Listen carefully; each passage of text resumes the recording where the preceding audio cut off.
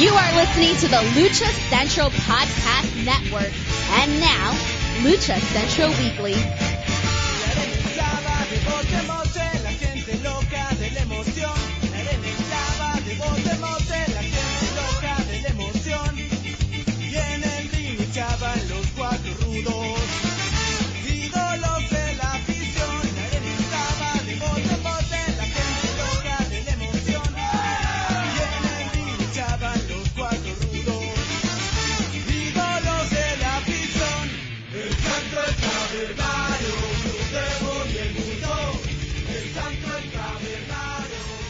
Hello and welcome to the Lucha Central Weekly Podcast. This is the podcast that lets you know all of the latest happening in the world of Lucha Libre. Each week, our team discusses news and events from this past week, as well as previewing the week ahead, covering Mexico-based promotions and top independents, along with the luchador scene happening throughout the United States. The Lucha Central Weekly Podcast is part of the Lucha Central Podcast Network on luchacentral.com. This podcast and others from the network are also available on all major podcast platforms, including iTunes, Spotify, Google, iHeartRadio, Podbay, and Speaker. My name is Miranda Morales. I'm one of the co-hosts of the Lucha Central Weekly Podcast. And this is a team effort, so I'm going to bring in the rest of the team. Starting off with the dashing one, Mr. Dusty Murphy. Dusty, how's it going? It's going great, Miranda. How's it going for you? I am doing well, very excited for this weekend. Lots of things going on, of course. You know, in the world of the WWE, but also just with local wrestling in general. So I'm very excited. And Thanksgiving's next week, so lots of stuff going on. I've seen a lot of the promotion on your Instagram and stuff for the wrestling tomorrow. Yeah. So that's exciting. Yeah. Tonight, if you hear this, Press Up the Press. You brought it up now, so we can. Why don't you tell us what's going on with your weekend, Miranda? Well, first let's bring it. I mean, look, if you are wondering who is that third voice? Who is that? Who is that man? Who is that? That is the one and only Brendan Barr. I love that tie-in. That's one of my favorite Who's now of all time. Who is that? Well, that is Brendan, the third member of this trio. Thank you so much, both of you, for bringing it up. If you follow me on Instagram or Facebook at the hashtag Miranda, I am a ring announcer on top of a podcaster in the West Coast, and I will be announcing for an event happening tomorrow, well, maybe today if you're listening to the show right now, Friday, November 20th, the Future Stars of Women's Wrestling based out of Las Vegas, Nevada. This is an all-female show that is going to be airing on Fight TV. So if you are not in the Las Vegas area, you will be able to watch this show on Fight TV. You can order it now, and even if maybe you're listening to this after Friday, it's still going to be up on Fight TV, so you can order it and watch it from there. But this is going to be a great show packed with some of the best women's wrestlers out in the West Coast and even the world. It is being headlined by FSW Women's Champion Lacey Ryan, who you may have seen on the United Wrestling Network's Primetime Live. And then also, of course, you have the Lucha Libre influence and impact here with CMLL star Estrellita, who is scheduled to appear. Former Impact and WWE star Katarina, and then some West Coast women that people may be familiar with, such as Delilah Doom, Maserati, and Bryn Thorne. So that's just a few. Ruby Reyes. Speaking of big West Coast influences, yes, the equal opportunity ass kicker. So we'll be talking about her later. Oh, just so you know. Yes. And very eager to see Estrellita in the ring as well, to have that Lucha Libre influence and style being represented on this card as well. It really is a diverse group of women, so I highly recommend this show, not only because I'll be a ring announcing, because I think you're going to see some fantastic women's matches. So please go to the Fight TV app and order it, and then you'll be able to have it forever as well. So then you'll be able to watch it again and again and again. But that will be my Friday night. I'm very excited and appreciate you gentlemen giving me the opportunity to plug that real quick. Absolutely. Oh, it's exciting. Yeah, it's awesome to have the connection to the show here. Yeah, I'm missing shows so much, so I'm living vicariously through you being able to travel. Yes, it's still it may slow down again. I'm sure you're gonna get maybe in some of that in the road back to shows, and as we have conversations throughout tonight's show. But take it while you can. So also anyone who's just interested, fswvegas.com will have information on the show. If you're in the area, tickets are still available. So if you're out in Vegas or even on the West Coast and you're looking for something fun to do, you could buy tickets. But for everyone else living outside of Vegas, or maybe you're, not ready to go to a show live, you can go to the Fight TV app and order it. And, yes, I'm happy. I'll be back next week to give some recaps and great information on the show. So make sure you all stay tuned. But I know you guys came here for the real news, the Lucha Libre news. What is happening in the world of Lucha Libre? And this is the show for you. We're going to be covering things on the independent scene, of course, what's happening in Mexico, and then the big dogs, WWE, AEW, a returning MLW, and so much more. So we're going to kick it off with Brendan, who's going to let us know what's happening on the road back to shows. Oh my goodness. Well, as you alluded to, things are on the rise. COVID cases all over this country are rising, and Mexico is not in as shape as we are, but Mexico City is still orange, as you will probably know, and that just leads right into talks about AAA's Triple Mania. They're still hoping to do it in December, but according to Wrestling Observer, they finally have conceded that they might need to do it without a crowd, which, considering how adamant they were in earlier stages of development on this and how long they put it off trying to have it in front of a crowd, is a little surprising for me to hear. But most likely we're not going to hear an official announcement on whether the Triple Mania date will happen in December or not until right around the 1st of December, because everybody wants to push things to as close to the date as they can before they change their minds. So we'll see. I selfishly want them to put on a Triple Mania, but that Mexican promotions are more reliant on ticket sales to maintain profitability. So I hope that they're able to do what's best for the company and the people that are working there. Speaking of companies that have been doing good things for the people working there, like AAA, Ring of Honor has returned recently to broadcasting, and now they're returning to pay-per-view. So they have announced that they're going to have Final Battle on 12/18, and on the poster includes Rush, Dragon Lee, Rey Horus. So they are expected to be at that. It's going to be taped in advance, so there might be some spoilers coming in the road back to shows and indie roundups at times, so I will be sure to try and label those appropriately if they make it or if they don't. I'm not going to give away match results until the show goes on the air.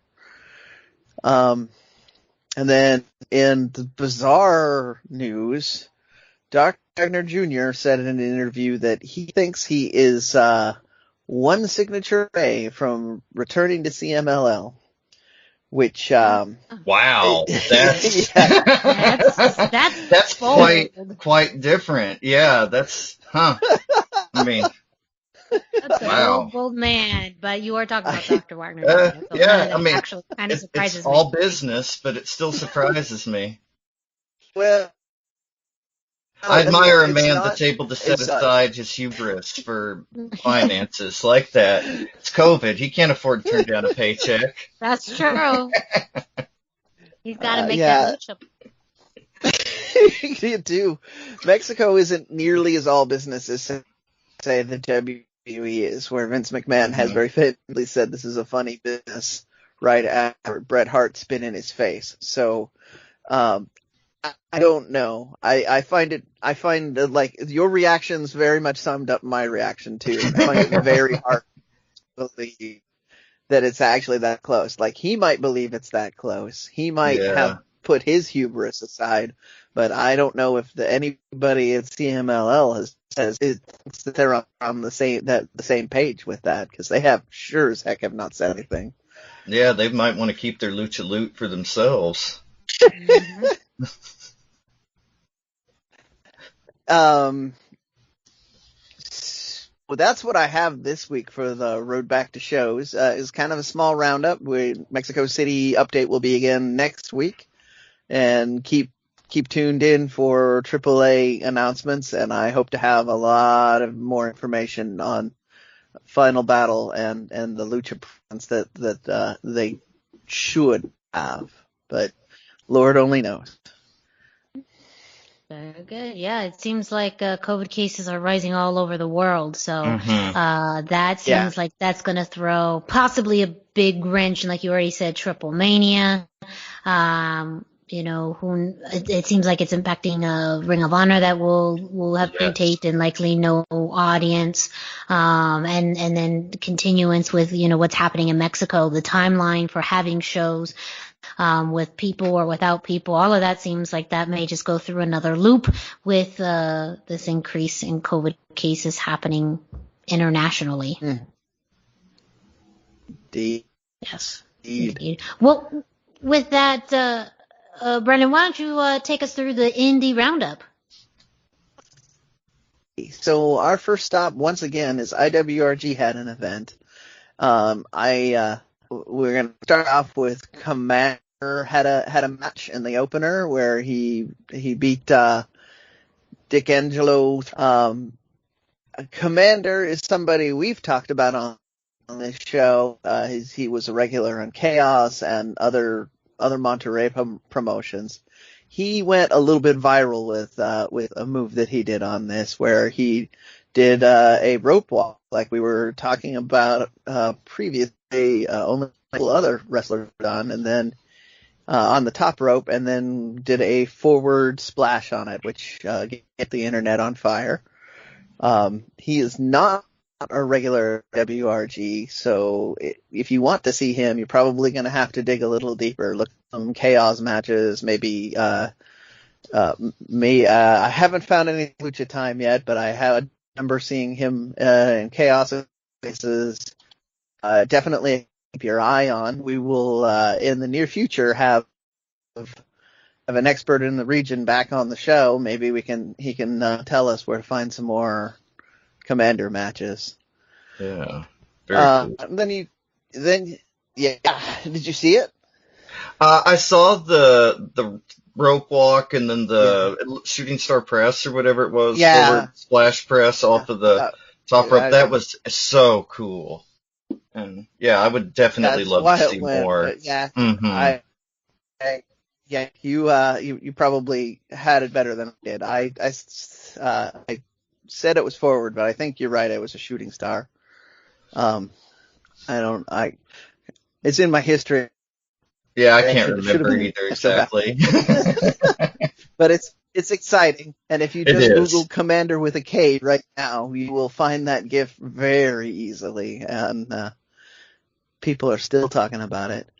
There were 5 matches total on this card, so real quick, Black Dragon and Death Metal had a tag team win against Alas de Plata and Freelance. Redimido and Baby Extreme. Redimido, actually, this is a light battle royal. Redimido, Baby Extreme, Mexica, Baby Star, Puma de Oro, Mr. Puma, Sobredosis, and Atomic Star were all in this light the Intercontinental Light Battle Royal. Ramito came out on top on that. That's a name that I've been talking about a lot lately, so keep an eye out for he's a star on the rise. Yeah. Then we had Hijo de Dos Caras, Hijo de la Brige, and Ping against Emperador, Hijo del Spectro Jr., and Super Beast. So, I mean, that's just I didn't even see clips of that one. I still have notes that I need to go back and see that because I love every single person involved in this match, and that sounds like it's going to be amazing. Hijo de Dos Caras, Hijo de la Brige, and came out on top on this one. They were apparently last-minute replacements, and yet here we are with them getting a big, sassy-looking win. And then you had Jesse Ventura and Passion Crystal against Official 911 and Official AK-47 in a match. This was apparently a very bloody match with which ended with Crystal pinning AK-47. Lots of fouls going on, but there was one that set up the pin, and so the people got to see some hair being cut, which is always I love those Apuestas matches. Mm-hmm. Yeah.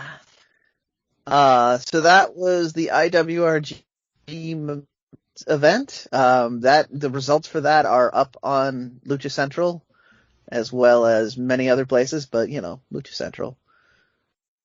Lucha Time, I watched it again this week. They look like they have a new facility, or it just looks very different with lights on. I can't tell.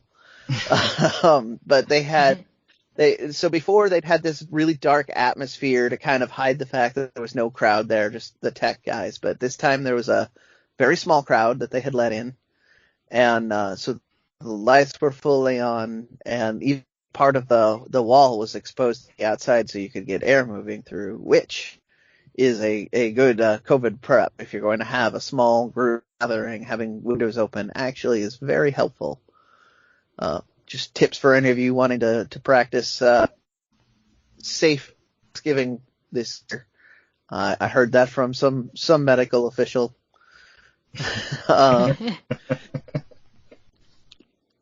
But yeah, so it looked nice. We had a start. The match started with Hardcore Crew consisting of Sick Boy and Medico against Punk Clown and Psicotico. For those of you that are familiar with these guys, would expect a lot of off shenanigans. I think there were arm drags and there were technicals because it is lucha. There was a lot more emphasis on punching, kicking, cookie sheets, that sort of thing.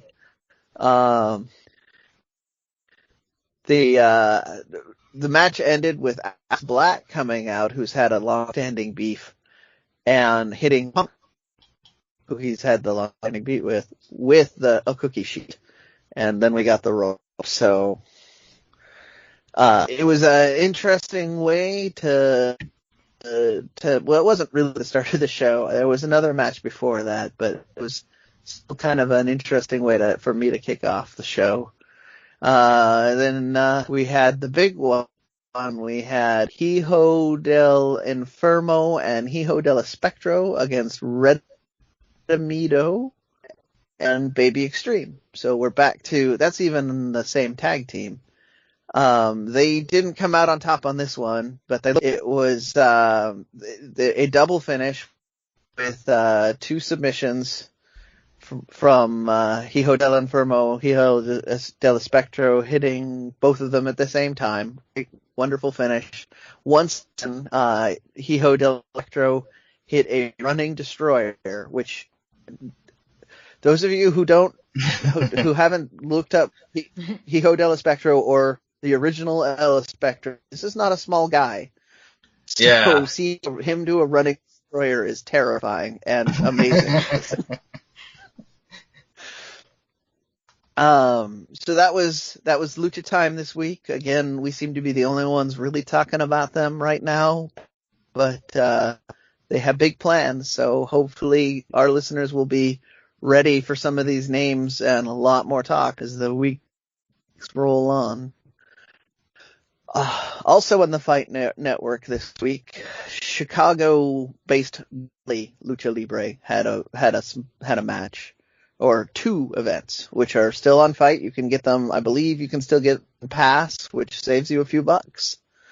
I'm just gonna jump ahead to the main event, or to the last couple of matches, both of them, because that's what people online are really gonna look for. The undercards are pretty good. There's, there's some people that are obviously students that are not having as good a day as they'd like, but I thought they did a good. They had a lot of heart in the match, so I was happy with it. But the main event, or the main couple of matches, had some combination of Mil Muertes, Drago, and Aerostar against some of the local guys, and all of those were always good. Mil Muertes was in a three-way on the second event against two of the guys, and he got to look like Lucha Underground Mil Muertes, where he was just powering his way through two guys and choke slamming them, and they finally were able to team up and make him look weak for a little bit. But I mean, you have any sort of nostalgia for seeing Mil Muertes like bury people, literally. The night 2 was a good match for you.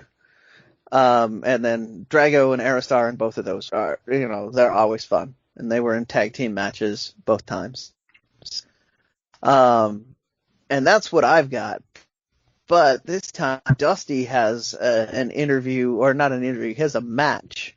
Yes. That also lit up the internet, even more than Commander.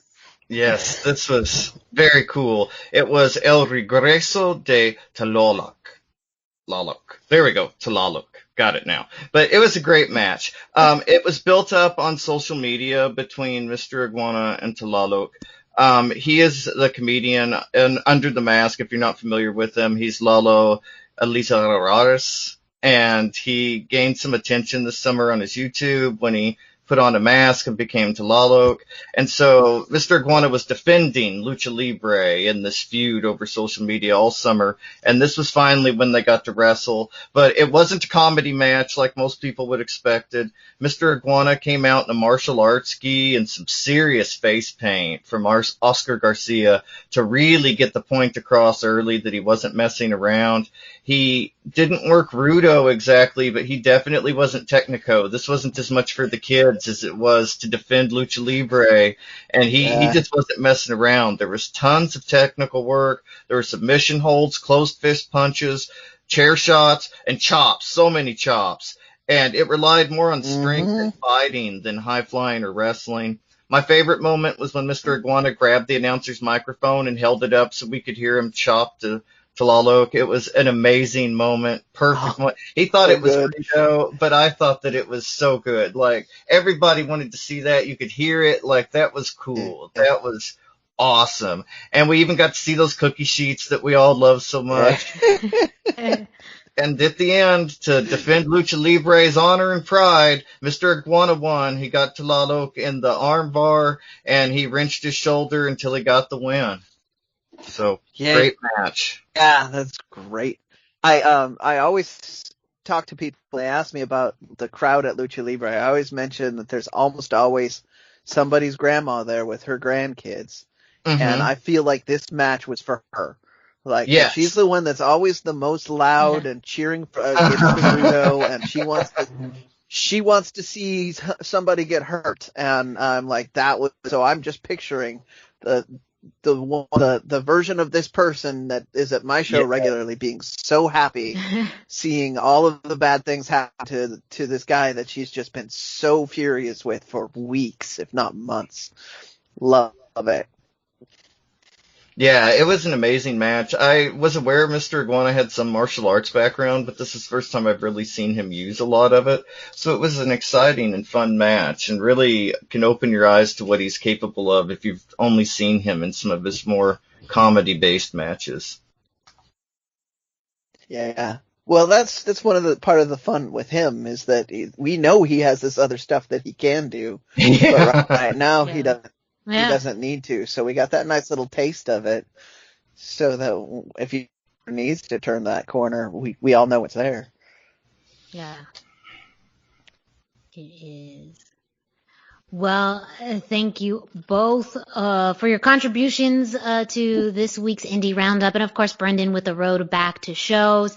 Make sure that you listen especially to the Lucha Central Weekly podcast, because that's one of the unique things about this podcast is you're going to be hearing a lot about the independent scene in Mexico and in the U.S. And Brendan, if you want to take again the opportunity to kind of plug what you mention every week about people being able to send you matches or promotions to include in the Indie Roundup. Absolutely. Yeah. So we give my information for people out at the end of the show, but find me on social media, drop me a link or an invite to your show, and I will do my best to watch it and talk about your show on the air. I want this to be as well representative an Indie Roundup show as we can. So even if you don't have a televised product, but you've got somebody's hand cam footage, I'll watch that too.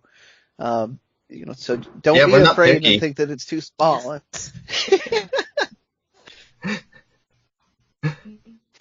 Yeah. So just please, if you've got something, let me know. And if there's a big event that you think that you'd like me to be at, or maybe Miranda to announce at, feel free to chat to us and see if we're available.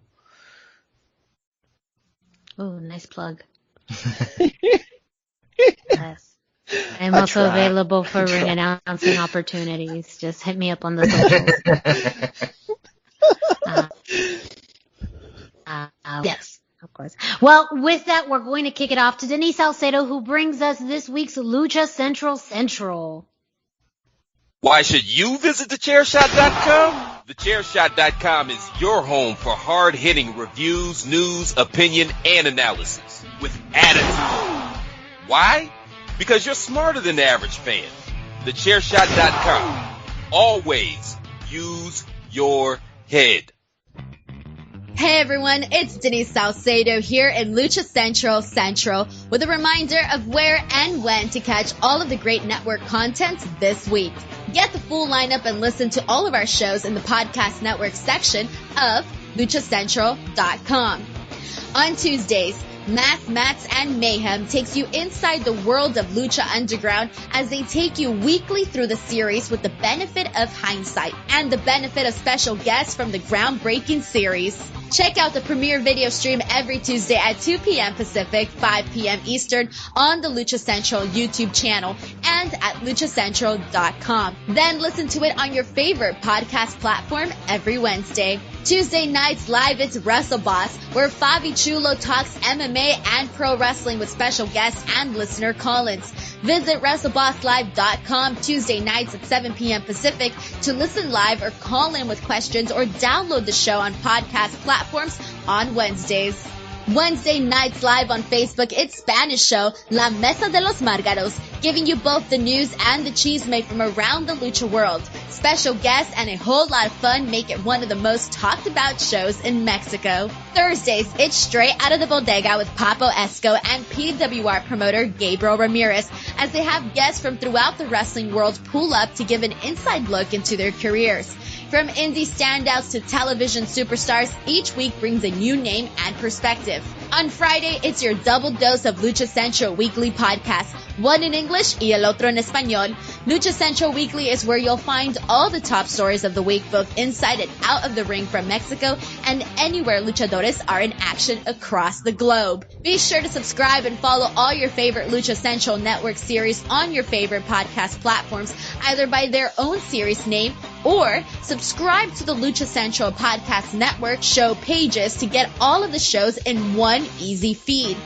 And please consider giving a rating to help more fans find the shows that you love.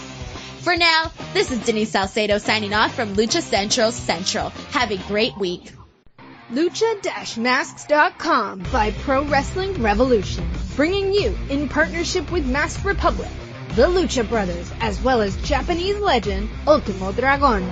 Go to lucha-masks.com and fight Lucha Strong with masks from your favorite Lucha legends and Pro Wrestling Revolution luchadores. Stay safe in style and represent your favorite luchador. Get yours now at lucha-masks.com, powered by Pro Wrestling Revolution. Thank you to Denise Salcedo, who always does an amazing job with this week's Lucha Central, letting you know what's happening throughout the Lucha Central podcast network. Up next, well, it's that time with Dusty sharing with us what's happened this week on WWE SmackDown and Raw. Yeah, we have kind of a lot to discuss with WWE this week, but not necessarily a lot of in-ring action, so it makes it unique. But let's run down the shows first. On SmackDown, we had Rey Mysterio defeating Seth Rollins in a no-holds-barred match. And before the match, Rey had a promo backstage with the entire Familia Mysterio backing him, and he stressed repeatedly this was the final match, the final meeting. Like, he really pushed the finality of this no-holds-barred match. Later, right before the match, we see Seth and Disciple Murphy backstage, and commentary again. They call it the final culmination of the feud between Seth and Rey. And this was a really great match. Rey worked really hard. He showed why he's the most famous luchador in the world. Like, this is Rey Mysterio we all know and love. His work was as electric as it always is. Seth was fantastic. You know, when Seth is really fantastic, he's really fantastic. And it was great. During the match, we saw tables, chairs, the steps, and then we even saw a turn from Murphy at the end to attack Seth with a knee strike after entering the ring and initially helping Seth, and the knee strike caused him to be distracted. Rey Mysterio was able to hit the 619 and then a frog splash finisher to get the pin on Seth and end the feud. Afterwards, the entire Familia Mysterio celebrated in the ring, and they invited Murphy into the ring where Rey and then Dominic shook his hand. Angie Mysterio hugged him, and they all celebrated as one big family in the ring. Afterwards, Seth was like insane. He was apocalyptic backstage. He demanded to find Adam Pearce, and he said that he never wanted to see Rey Mysterio again, but he wanted a piece of Murphy with the match. And if you kind of checked into the Conan feud from Puerto Rico that we mentioned before, and the Rey Mysterio feud, you know, this may continue their storyline further than we think, but they've really capped this as being the final matchup. So we'll see what happens there. And then we had Monday Night Raw, where there was no lucha action whatsoever. We saw Garza for a very quick promo about how roses need a thorn to protect them, and he was the thorn to protect all the women of the world who were a rose. It was very strange, and each week it just loses its magic more and more. And I'm not sure what the point is. Like, we've seen narcissistic characters, but this is a different kind of narcissistic, this Lothario type character. I don't know. Hopefully they have a bigger plan for it, but it feels more like a characterization from, you know, something that would have worked 30 years ago than something that would go over now. So there was that. But our main topic in WWE this week was Zelina Vega. Zelina Vega was fired on Friday, literally minutes before SmackDown started.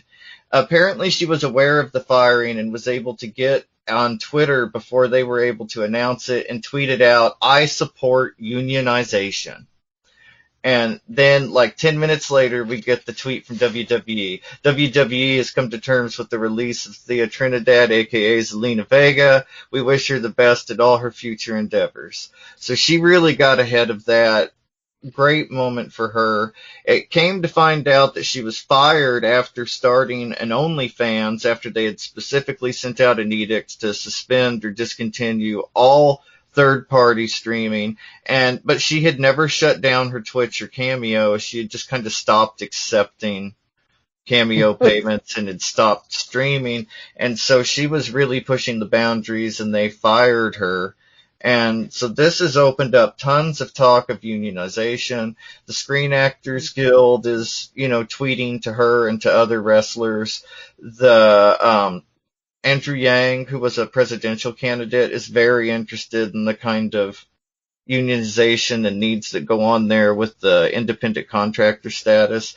So Zelina they may not have thought there was much to lose there, but there was a lot to lose. And not just because of the snowball that she's got rolling, but her in-ring talent. Like, they never appreciated her. She was a fantastic manager, and they did use her well as a manager. But her wrestling ability is so much stronger than they gave her a chance to express. We only saw a few flashes of it here and there and never really got to see the brilliance of it. And so I feel like that they really dropped the ball. And then today, Andrade kind of echoed that a little bit. He tweeted a picture of he and Zelina in Argentina, I believe, that said gracias and thank you, muñeca, and kind of thanking her. And then she had a tweet go out that said, "Thank you for everything, Andrade. Being with you will forever be one of the highlights of my career, both professionally and personally. You're one of the best in the world, and it was an honor. Te quiero mucho, hermano." And so she had a really nice tweet for him. But that opens up another question. They misused Andrade all the time, and where is Andrade now? Like, we'll touch to the match in a moment, but he beat Drew McIntyre for the title in NXT, and look where Drew McIntyre is, and look where Andrade is, and like, where is he right now? And then just the slide on that started, by the way, I was thinking of this while we were talking about it earlier, when he lost that, because he didn't lose to Robert Roode, he lost to Robert Roode's entrance music. Let's be honest. The music is what put him over, and people that love is glorious. Yeah. But it's catchy. Shouldn't be. That shouldn't be enough for a title change. That's, I mean, was Robert Roode at a point in his career where he was going to carry the NXT title and do what Andrade was able to do in his brief run, or what Drew did in his run, or any of the champs before him? I don't think so, but that was the beginning of it as far as I was concerned. They never really got him on a good foot after that. Yeah, this rhythm never came back after he lost the title. And I say that as I'm a Bobby Roode fan, but I thought that was a huge misstep for NXT when they did that, because and especially in the long term, like we say, he never got his rhythm back from that. And I don't know what happened there. Allegedly, there's some contract issues, but it was set to expire, I believe, on like the day we recorded this was the rumored expiration date for his original contract. And we haven't heard much aside from the tweets, the Zelina Vega tweets. So it's interesting to see what may happen in the next few days. So the WWE has been successful in getting some contracts extended temporarily due to COVID.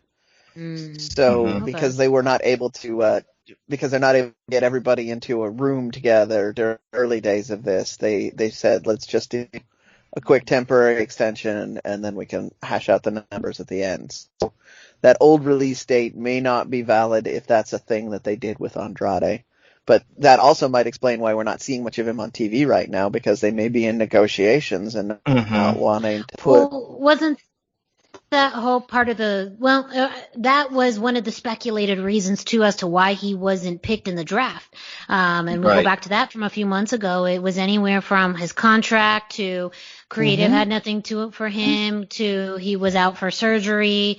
And I don't even really know what clarification really came out of that, but he's been a question mark for quite some time. He really has. And so that too leaves people wondering but you also still ultimately have that Charlotte Flair connection. Exactly. You cannot discount Charlotte. You just can't discount that connection having an impact on whether he stays or goes. It's true. But I do think that with the entirety of the Zelina Vega story, I mean, it is somewhat polarizing. I think it's something, and I don't think it's her intentionally. I just think it's the internet now picking sides as to, who is right and who is wrong, and then having, superstars or other wrestlers almost doing that as well. And so I think the whole situation itself is fairly complicated and there's no one clear answer, but it does come down to, Zelina herself being very adamant about, exploring other opportunities, WWE stating, no, you can't. And then that's where the schism happened. And, I think overall, I'm sure the company did value her as a performer and as a manager up to a point, but also fiscally, that was a big opportunity here where she was, her third party accounts were generating more money than what she was doing in WWE. She was, go ahead. Sorry. That leads to frustration that I've been hearing about too. I heard that there was frustration on both sides, and I can absolutely see the WWE being super upset when she says, no, I don't want to put these away because I make more money than what you're paying me. Yeah. And of course, what reasonable person wouldn't be upset if you, And that gives her more leverage and motivation to want to leave, because somebody like AJ Styles, who had a large streaming presence, he's less motivated to leave because he makes a lot of money. Whereas Zelina wasn't making AJ Styles money. She was making more money streaming. And so it was more like she could, if she devoted the time she was devoting to WWE to streaming, maybe she could monetize that further and, make up for the lost revenue even. I mean, I can see her position. Yeah. They thought she had the least to argue with when she actually had the most. And that's such a unique position for her. Yeah. So some interesting perspective on what they pay for managers versus wrestlers, though. There's been a number of rumors about Kurt Angle coming in. He said in an interview at one point that he turned down the WWE to manage, I believe it was Chad Gable, because of how little money they were willing to pay Kurt Angle to be a manager. So, like, he said it just wasn't enough money for me, and that was the end of the story. Just to tell you how little money they have to be paying at that point. If a big name like that is not able to get a salary that he thinks he needs. Well, and I think there's still some pay differences in general between men and women. You do talk about like that's still going to be an uphill battle. And you mentioned how someone like an AJ Styles, is making good money on top of, doing those Twitch streams. But, outside of being, say, a Becky Lynch, or Charlotte Flair, really the scale for women is very, very different still compared to more men in general who are going to be paid higher. I would be surprised. Especially since it's that contractor status. Exactly. Right? They can do that legally because it's a contract that they negotiate with each wrestler. And the wrestlers don't get to know what other people make. Go ahead, Dusty. Sorry. I would be surprised even if like Becky Lynch and Charlotte were making as much as some of the lower upper card guys. I mean, I would be surprised if they were making Seth Rollins type money, or if they were making, that, level. Contracts depended a lot on how much merch they push.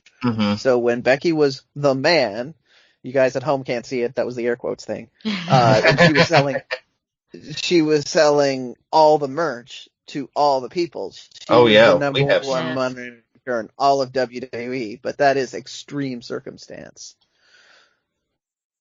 Well, and that was lightning in a bottle, too. They had no plans for that to happen. She took a bad punch and sold it like a champ, and people got behind it organically. You couldn't help but do that. But they never give the women the same chances to get over that they give the men.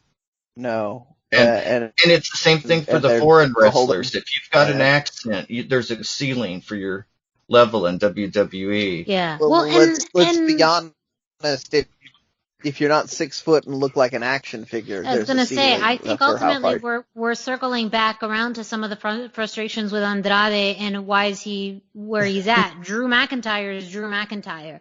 He was the chosen one before, Andrade or many people on the roster were even, a thought. And even though it took Drew a while to get there, he still is what the company envisions as a top guy, whereas Andrade, ultimately his NXT run was just meant to be that. And why the company doesn't push, in general, a lot of Latino stars. It just isn't something that they've done historically, and it's because... So yeah, it's I can kind of infer where Miranda was going with that. They've done it.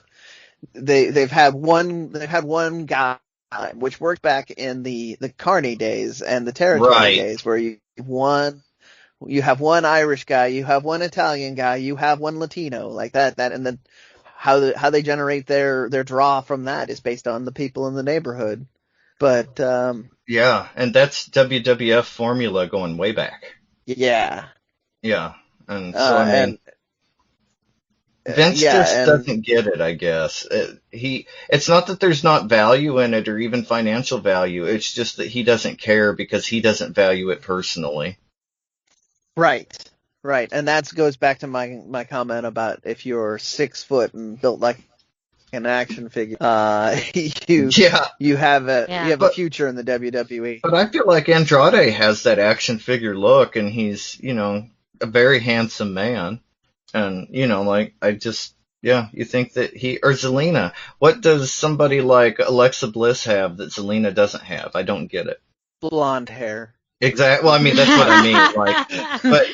But it's just up to Vince's whim. He doesn't see the personal value in it. I mean, if he likes back blonde. Me up on this, Miranda. Yeah. Oh yeah, too. Everybody that's getting is a blonde. Yeah. Mm-hmm. Well, yeah. I mean, that's been the story since the 90s, and even back in the 80s. So there's decades evidence there as well. Even when you look at Charlotte, I think throughout the different brands too. I mean, I do think there's a little bit diversity with the women's pushes, but it also, there's definitely historical reference to a preference in hair color. Mm-hmm. Absolutely. So I have strong opinions on where women's wrestling is at as far as the eras go, because it's significantly behind men's wrestling. We don't have time to go into all of that, but I know we're going to circle back around that either later in the show or in following weeks. So just remember, there's some strong feelings on that too. Yes. Well, with that, Dusty, you also have some news on what's happened this week in AEW. Yes, I do. First up, we had Dark, and the first significance moment, I guess, first little sketch that was significant to Lucha Libre was Dr. Britt Baker has a new talk show segment called The Waiting Room with Britt Baker. I loved this. I thought it was so good. I was loving it, yeah. Her attitude was perfect. The comedy, the way Reba laughed in the background, this was spot on. They did a great job. And her guests this week, the first guests ever, which is kind of cool, were TH2, and they came out and danced, and they were both too cool to fist bump with poor Dr. Baker. But it was awesome. And Helico got some mic time. He said that they're going to make a statement with their wrestling, and then he talks about how the Young Bucks have turned the tag division into their own personal vanity project, and they only got as much time on Dynamite as Cody's Pyro. And, it was amazing. I mean, it was one of those shoot moments where, everything you said was the truth, but he said it kind of in character, so it was awesome. Jack says they're not going to tolerate this, and they're going to bring the karma that SCU deserves back to them. It was awesome. I hope we get more of these TH2 segments. I loved their attitude, the promo they cut. And everything about this segment just knocked it out of the park. I loved it. I loved Britt Baker, loved the talk show, but the way they let TH2 kind of be themselves there and spread out was amazing. Yeah, it was some great character work. I mean, I already knew Britt Baker is really good on that, so I was looking forward to the segment before I knew who the guests were. But then from the moment that started, I was excited all the way to Angelico dancing away from Britt Baker at the end. I was just like, please give me more. And she like she's pushing an elevator button, and then he starts to dance, and he dances out the door. It was so good. Like, I loved it. I love Angelico's dance anyway. The swag he brings is just amazing. And then in our first wrestling match, we had Jurassic Express defeating TNT. And this was a really fun match. Luchasaurus has got some new metallic gear. We got to see TNT use a little twin magic better than the Bellas did. But you cannot train for somebody like Luchasaurus. TNT tried their best, but Jurassic Express still got the win. Jungle Boy used a nice crossface finisher. I would kind of like a feud between these two teams. This was just a nice, fun match. Great tag team wrestling. I really enjoyed it. From two teams that are very clearly teams that enjoy working. The teamwork between the two is fantastic, and it would help kind of, TNT are new to AEW Dark. I think they've only done some indie work around Florida, but they obviously work together really well, and something that kind of brings them up and gives them some notice, like a feud with Lucha Express, would be really cool, in my opinion. Yeah, it'd be super cool. And then the next match, we had Ivelisse defeating Alex Gracia, and this was a great match. Great match. These two were just brutal with each other. The chops were intense. Gracia did some awesome rope walking work. You know, like we mentioned earlier in the show with Commander, I love that rope walking. And it shows a very strong Mascara Dorada influence, which was exciting and unexpected and very fresh for the women's division. I don't know that I've ever seen anybody in the women's division of wrestling do the rope walking like that. So that was very cool. And Ivelisse knew she couldn't handle her aerially like that, so she got her down to the mat for a leg hold, and almost immediately she put Gracia in the Kitami hold before Gracia powered out. This was a strong and surprisingly technical match, and it was just beautifully brutal. I would love to see these two women develop this into a longer feud, because they really brought out the best in each other. There was a funny moment where commentary sold Gracia's 619 as an area code shot, but none of it was enough to beat La Sicaria, and Ivelisse picked up the win after a throat kick with a roll-through snapmare. Oh, such a good match. Like, I highly recommend this match. And then we had Thunder Rosa defeating American Kaiju Lindsay Snow. We'll come back to this in the main event of our AEW segment, but I just wanted to include it for continuity's sake. And then our main event on Dark had Jack Evans facing the Fallen Angel Christopher Daniels with their tag partners at ringside. And commentary immediately made a big deal of what their tag partners meant at ringside, what it could mean later in the match. And our boy Angelico showed us why, because after some great ring work and back and forth, there were some amazing counters, and Angelico grabbed Daniels' boot, and Evans was able to hit a corkscrew kick off the attempt. They were on the ropes. He got the corkscrew kick. After that kick, Evans got his mojo going. He never lost his rhythm again. He worked Christopher Daniels over and over again. And despite a tilt-a-whirl backbreaker pin attempt, Evans was just too strong for Christopher Daniels. He wasn't going to be denied. And Angelico grabbed the foot again, and Evans hit a beautiful bridged backslide for the big win for TH2. It was awesome.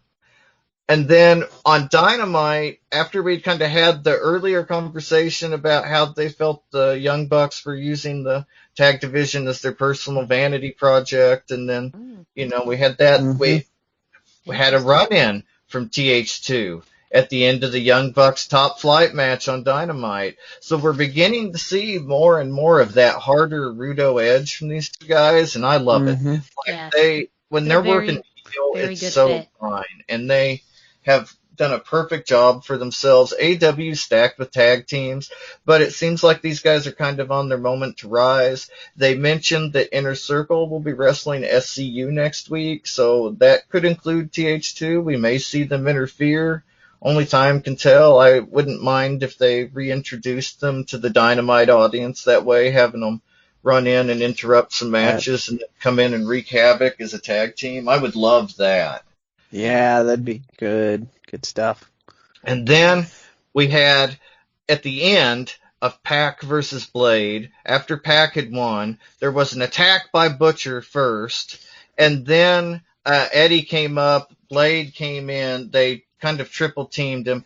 Phoenix ran out to help Pac. They were in the Triangula de la Muerto, and so he ran out, and then Pentagon, they started stomping on Phoenix. The family did.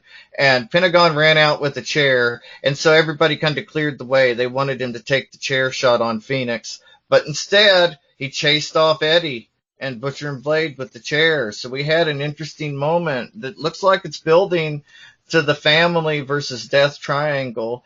But then again, I feel we don't know if Penta's being genuine. You know, if you've he's had a lot of problems with this brother lately, but if you've ever had a sibling, you know, or a friend that you're really tight with, you feel like I can fight with my brother, but you can't fight with my brother. Right. Exactly. Maybe that's part of it too. I mean, we'll have to see.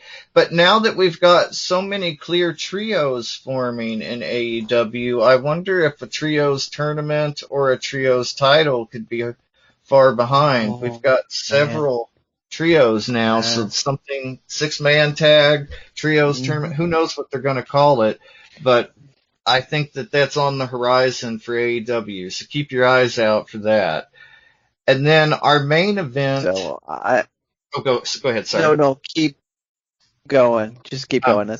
Our main event, and which kind of plays into some more trio work, was Ricky Starks and Brian Cage versus Cody and Darby Allin. Cage got the win for his team with amazing powerbomb off the top rope. Afterwards, he had Darby Allin's face paint all over his chest. It made it look extra brutal. And then afterwards, they beat down Cody and Darby, but Will Hobbs came out and made the save. He grabbed the FTW belt. He was coming for Cage. He had the title. And then all of a sudden he turned on Cody and knocked him out with the FTW title. Yes. And then Cage, Taz, and Stroke Daddy Ricky Starks all stood tall at the end. So they've got a trio together now too. And lots of trios building up. Yeah. No, I agree. I was just... But I realized that I didn't need to because this was also a trio. I was starting to say that I've been missing King of Trios.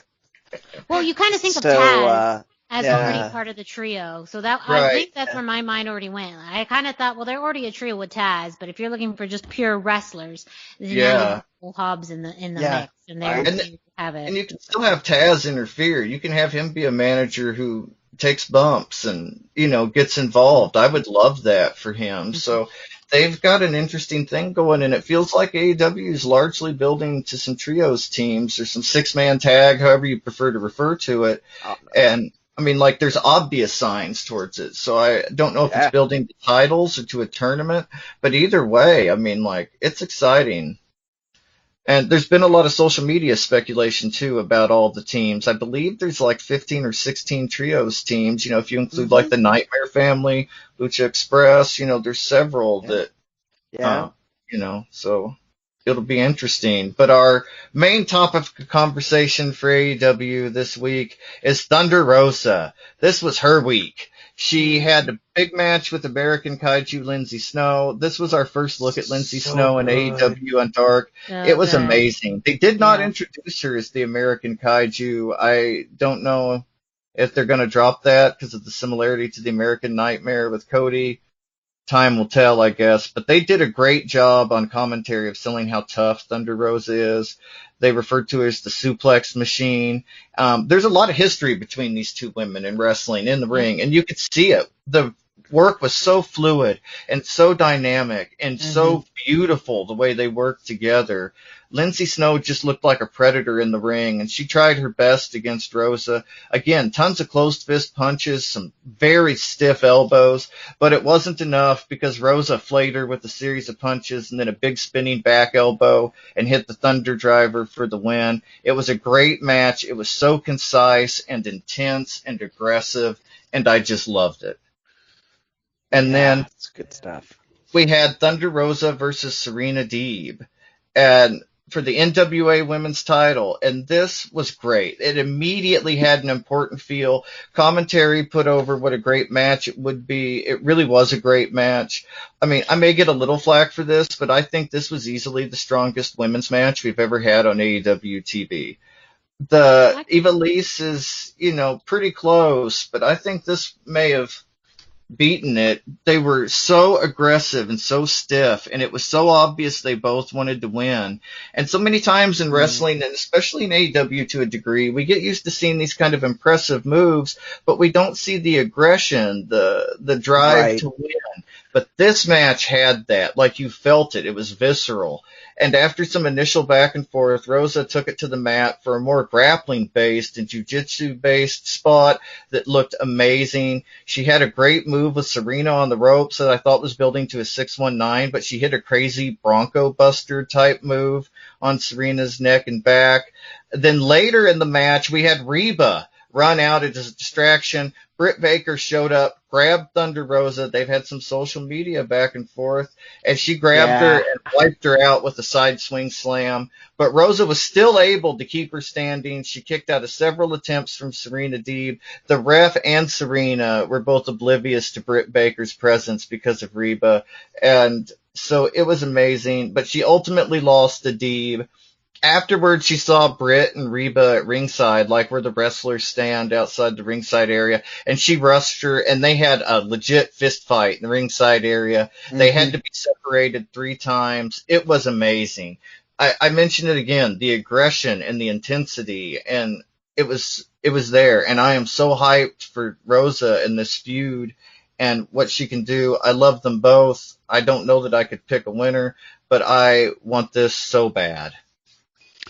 Yeah, I mean, first off, as other people pointed out online, they're building storyline for the women on Dynamite now. Yes. We've been literally waiting for this for over a year now. That's why I think it's the best televised women's match. Is it and finally brought the story I think it's into great that it doesn't revolve around a title, whether it be the AEW women's title or the NWA. Now, I think it's almost a little bit of a detriment to AEW because you're still trying to build that belt up. However, the fact that they are building a really strong women's feud gives me confidence that that's going to translate to more stories in the future revolving the belt. Sheeta's still a powerhouse and fantastic in her role as champion. And Serena Deeb has, proven herself in a pretty short amount of time. She is fantastic. That she's worth that. But the fact that looking at this on paper and even just the small things we saw this week, this doesn't need a title at all. No. And it's bigger than the title. It's bigger than a title. So I think that's now they finally found maybe this could really be the women's feud that lights a match under the entire division. And absolutely. I think that, and the fact that it involves, Thunder Rosa after all the speculation and wonder about what happens with her. I mean, that's going to be pretty big and a huge, just a way to almost end the best year in her career. So alluded to this, but I really I don't think we can understate the importance of this. There was a lot of very questionable, is this work tweets going forth between Britt and Thunder Rosa and Sheeta and a couple other people. Basically, for a while there, it was looking like Thunder Rosa was just calling out all of the AEW women's division. And so whether they're working with something that was coming out organically, or whether it was something that they planned and I bit like a massive fish on, either way, it built this feud. Like, there was story before this match happened. And I was watching it, waiting to see if Britt Baker was going to show up, and I was not me disappointed. Too.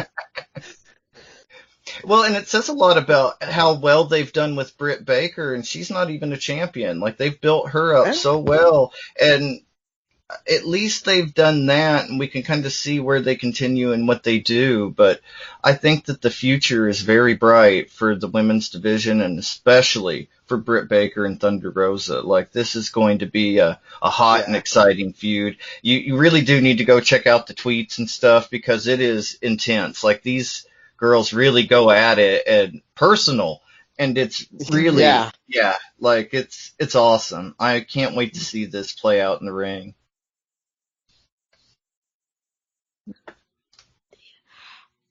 And for those of you who may have missed what happened this week in WWE and AEW, don't forget to check out luchacentral.com. The results for Dark, Dynamite, Raw, and SmackDown are all listed there. So, and of course, listening to the show. That's pretty much the best thing that you can do. Yeah. I mean, I am not a doctor like Britt Baker. However, I just have a master's degree, so I feel like you could probably just take. I mean, so I'm mainly just minor credible, but my master's degree says that you should be listening to this podcast and visiting luchacentral.com for your Lucha Libre news. My master's degree agrees. Oh, no. My BS degree agrees. It's a real BS. I have a BS in BS, so. And now you know our credentials. We're educated. Yeah. Educated now. I'm gonna jump into this week's NXT, and really there was some great action from, of course, the women's division. That really, I mean, if you are not watching the NXT women's division, I don't know what to tell you. Do you not like women's wrestling? Because if you don't, then I don't know what's wrong. I mean, credit to AEW and what they're building right now in their division, but NXT is light years ahead of them. And that's just a fact. There's just no denying that. Not gonna even argue that. At all. Before, though, we get into it, just a kind of a fun little match to note. Kushida versus Arturo Ruas, who we haven't seen since his time in Raw Underground, but a great match. Arturo Ruas, from Brazil, he has a capoeira and jiu-jitsu background. That was highlighted in a video package prior to the match with Kushida. And, this was a really great, very quick match.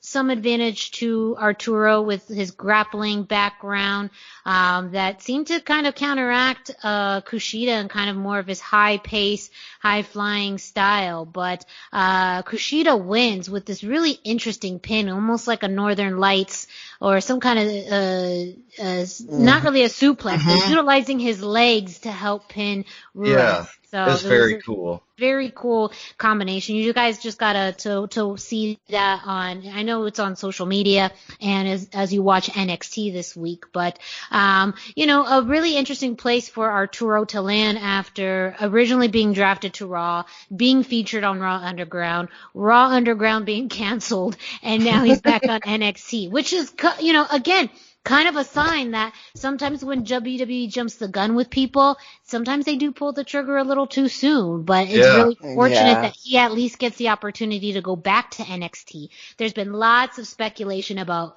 lots of other people on Raw or SmackDown requesting the opportunity to go back. Yes, NXT, I've heard that too lately. Not being able to go back. So, good for him and a great match early on in the night. The next match we'll be talking about is a tag match. You had Toni Storm and Ember Moon versus Dakota Kai and Raquel Gonzalez. Oh my God, I love this so much. Yes. I mean, this was a really fun match to watch, of course. You start off with Toni Storm and Raquel Gonzalez. Toni really, showing how quick she can be. I mean, Raquel is truly the powerhouse of this match, and we see it later on. But Toni actually utilizing her speed to overpower Raquel at first. Dakota comes in. She tags herself in, and then we have Toni and Dakota for quite a while. And then really the teamwork too between Toni and Ember Moon. They literally had to work together to clothesline Raquel Gonzalez outside of the ring. So that too shows you that you literally needed two women to handle one Raquel Gonzalez. She also had a really great series of boots and a big clothesline to Toni Storm, like literally just massive. Oh man, inside out, yeah. I was really watching that at work, and that was. Because that clothesline happened, and I made a noise, and I was so that nobody else was in the room, but I had to look around like, oh my god, that was really loud, because I was that excited. And throughout this match, you had Raquel doing a lot of boots to the faces. She did that in the ring, outside of the ring. That was kind of one of my favorite ones, too, when Ember was chasing Dakota outside of the ring, and Raquel just caught her boot to the face. So there was really overall great work here, but again, Raquel kind of being the standout for her size and also her power moves. But also, I mean, Ember Moon had a great code breaker on, Raquel Gonzalez too for a 2 count. And ultimately, Toni Storm, did a roll up of Dakota Kai for the win. So, the winners of this match, Toni Storm and Ember Moon. However, after that, we did see Candice LeRae and Indy Hartwell come out to confront Ember Moon and Toni Storm, feeding them kind of right back into the ring where Raquel Gonzalez was waiting for them. Just murdered them. Yes. So that leads to a lot of speculation as to what's to come, because also announced last night on NXT was that we are getting War Games. Yes. If I can't they do it do the way not put those 4 in War Games, it's a mistake. That's just straight up. I was gonna say, it looks like we know. I mean, it looks like we'll have well, at least on maybe the heel side, Candice LeRae, Indy Hartwell, Dakota Kai, and Raquel Gonzalez. Yes. That seems like it's going to be one team, and then Toni Storm, Ember Moon, maybe Casey Catanzaro, and what's her tag partner? Oh, jeez. I can picture her face, but I can't. So that also is interesting because they've had Raquel and Casey Catanzaro do some work as well, and obviously the size difference is always the story there, but they've also worked together a lot. So you're talking about basically lots of combinations that you can put all these people into where they're going to be with people that will make them look really good. And I mean, it's a War Games match.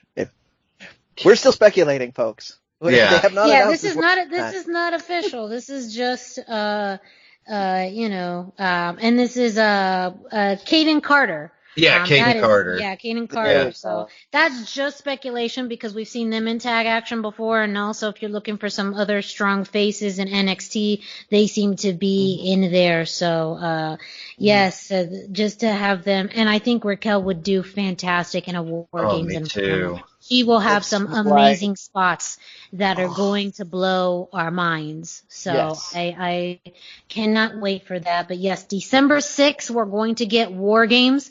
Of course, it's just announced, so we'll see as more matches get announced throughout the next few weeks. But I mean, something that NXT has pulled off very, very well in the past. And the fact that the women will seem to continue to have their own War Games match. Perfect. Perfect. Speaking of perfect, we gotta talk about the main event. Oh my gosh. Io Shirai versus Rhea Ripley, because we've seen them before many a time, but this match just felt different. It did feel very much like a last chance for Rhea Ripley to regain the NXT Women's Championship. Io Shirai, this was her 5th title defense. And she, this is something that's been building since WrestleMania, or really not even WrestleMania, since In Your House. I'm sorry. So, but even I think, even Ripley, like, getting the NXT championship back has been building since WrestleMania. So that's what I meant to say. And really everything that these two women did, Rhea Ripley, again, I mean, very similar again to Raquel and why I think that match was so good, very strong and powerful in her own right. But Io with the mix of Japanese and Lucha Libre in her arsenal makes her, I think, one of the deadliest wrestlers in the world. Yeah. The world. And super entertaining. Like, she's on like my top 5-ish list of women that I want to see every week. Mm-hmm. Always entertaining. Always. Yes. I mean, Io Shirai really worked on Rhea Ripley's arm, which, you know, commentary mentioned, you know, that's what, her shoulder, she injured her shoulder before, which, you know, took her out for quite some time. And so, Io was very calculated in, a lot of the attacks that she had. A beautiful, jump off both of them on the ring apron, and just swinging, Rhea's arm around, slamming her to the side on the ring apron. I mean, just brutal and calculated. On top of, you know, some good Lucha Libre classics like her, you know, 619, that landed just right. Beautifully. She did a tilt-a-whirl DDT. I mean, just some beautiful action here. And then, of course, hitting the moonsault for the win. After, she had, put, Rhea Ripley through the announcer's desk, you know? So, I mean, that itself was a mix of technical wrestling, some brutality, some high flying. It was kind of everything you want in a match. And you got this for free on a Wednesday night. I just thought this was really entertaining, but also really technical. And again, Io Shirai is truly, I mean, you could see that Lucha Libre influence a lot in her style. That sunset bomb through the announcer's table. Yeah. That's a super Lucha spot as far as I'm concerned. Yeah. Yes. So, now that Io has defended her title once again, who knows who's going to be, next in the title contention picture. But, you know, just to reemphasize, the NXT women's division is just on fire, and we are going to get a War Games. So, we will see. I would love to see someone, even though you don't tend to see that many War Games matches, to have a Legado de Fantasma involved. Yes. I mean, it would just be such a wasted opportunity. It doesn't look like it would be at this point. Maybe, because, you know, they tend to just have one women's and one men's match, and it seems like they're, you know, already identifying what they're doing for the men's match. But, man, I just think after everything that we see in Legado de Fantasma, especially how notorious they are for utilizing the outside ring area, what better way to almost cage these animals than in a War Game setting? So the story writes itself, NXT. Do the right thing. So you did mention that previously there'd only been one women's and one men's, but if you follow the pattern of the original War Games, this sort of thing happened later on in them too, where you would have 2 or 3 of these matches because they have the structure set up, they have the 2 rings, they might as well put it to use for something. So it isn't entirely possible, based on the history of the WCW event that it's named after, that there could be like, you could start the show with one, which in this scenario could be Legado del Fantasma and that would be so cool. Jake Atlas and whoever else he gets. And then you could have the cage lift back up, have a bunch of quote unquote normal matches, and then you end with the men's and women's. So there's ways that it could go. Yeah. Oh, it's possible. And I'm always more optimistic when I'm talking about NXT using their talents like this than I am the WWE. Yeah, no, I mean, I think that's fair. Exactly. Totally fair. You know, Has such a different. Yeah, sorry. Oh no, I was gonna say it's a lot harder, like, to not nitpick at NXT. Mm-hmm. It has such a different feel, despite being under the same umbrella, that it does not feel like the same company at all. Yeah, agreed. Well, again, the results for NXT are available on luchacentral.com, so if you missed out, you can go there and get your results. But a new addition on Wednesday nights is Major League Wrestling. MLW was back this week for the restart. MLW Fusion returning. You can find it on YouTube. And it also, at least for me, airs prior to AEW and NXT. So yeah, thank you MLW. Yeah, that's how actually my Wednesdays just got like 110% better, because I come home, have just enough time to eat a sandwich, and then MLW starts. I finish that, and it's time for AEW or NXT or both, depending on all of that stuff. So yeah, thank you MLW for making my Wednesday a million times better. Yes, the numbers just keep getting bigger. Just that much better, yes. And no big Lucha Libre matches this week, though. No. Lucha Libre news did come out of MLW. Just a shout out, opening match, Alex Hammerstone versus Duggan. Like literally a classic, amazing squash match with Hammerstone doing the Nightmare Pendulum like within, less than a minute.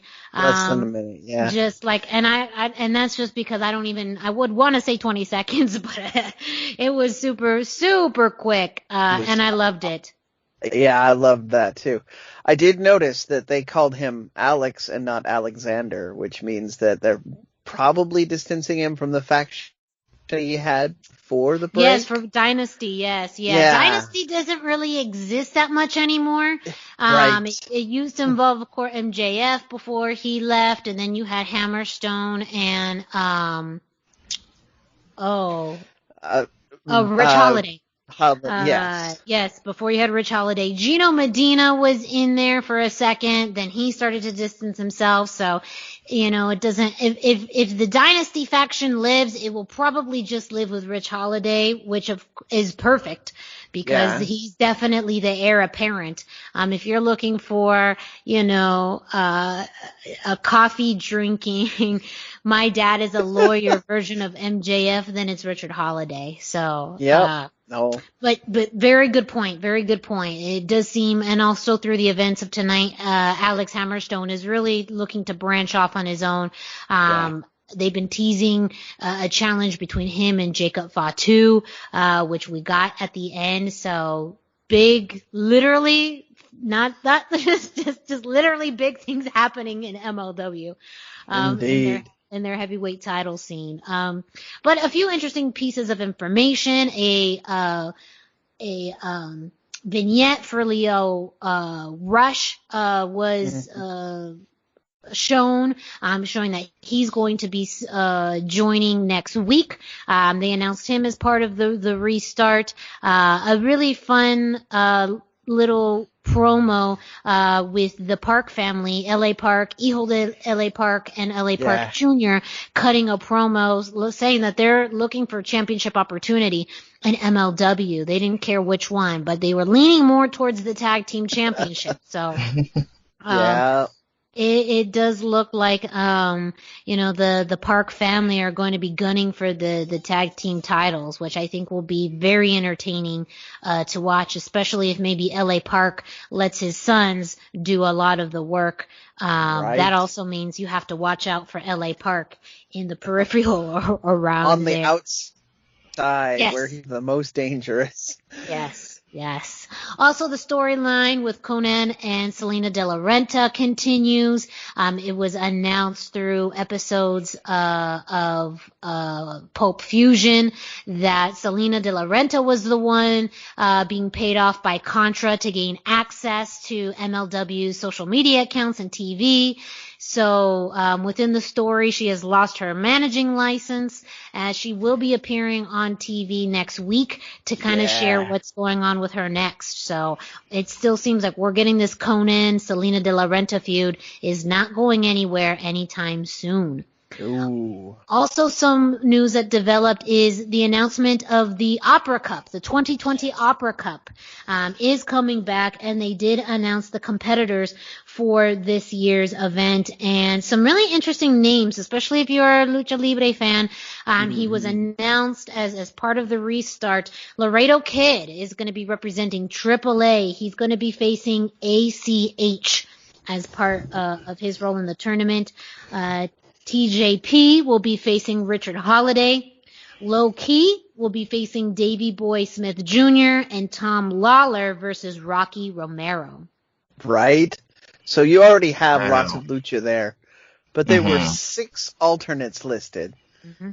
And 2 of those are Daga and Hijoda LA Park. So there's more possible excitement. And they did a vignette of Richard Holiday being stuck in the Caribbean, because he's the Caribbean champion, or he's not really the Caribbean champion, sorry. He's holding the belt and calling himself the Caribbean champion, but yes, he's stuck there. So I'm expecting somebody from the massive list of alternates is going to get called up for his match as well. So definitely keep your eyes on this. The 6 alts made me think they were up to something. Yes. Yeah. So, and again, it's just very interesting. I mean, this is the first that we've heard of Daga for quite some time, since he's been released from his Impact contract. So again, that AAA, and they've referenced him as being from AAA.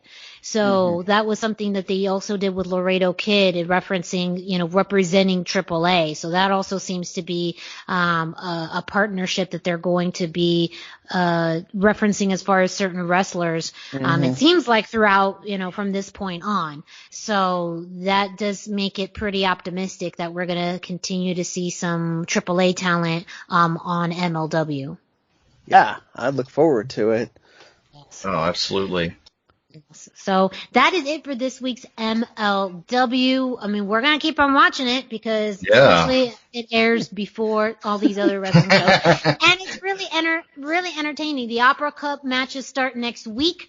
So we'll start to see some of these first round matches occur. And like Brendan said, it seems like they're going to be, they wouldn't announce alternates if something wasn't bound to happen.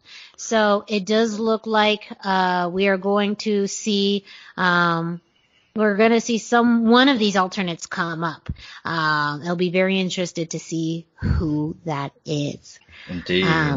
So up next is some New Japan news. Yeah, well, a little bit of New Japan news. Jeff Cobb is now a member of Will Ospreay's faction, the Empire. So that's a big placement, a high profile, lots of eyes on him. He joined the group at the World Tag League. This is also Best of the Super Juniors 27. He teamed with Great O'Khan, who is a fellow Empire member in the World Tag League. And then the first round, they beat Hinare and Tanahashi. And Tanahashi's the ace. Like, he's the guy. And so that is huge, and shows that New Japan has a massive level of investment in Jeff Cobb and making him high profile, and they are building him up. And so I am all in for this. I love it. The match itself is fantastic. I love Jeff Cobb. He, we knew him as the Monster Matanza. Now he's, tearing up Japan. So it's exciting to see him out there doing his thing. He moves so gracefully for a big man. And the matches, it's amazing. His style is perfect for New Japan. So when I saw he went over there, I knew he was going to do something big. I didn't know when, and I'm super excited to see this play out. Yeah, me too. Like, this is so exciting. Like, I can't wait. Big placement for him, and hopefully we'll be seeing a lot more of him in the near future. Absolutely.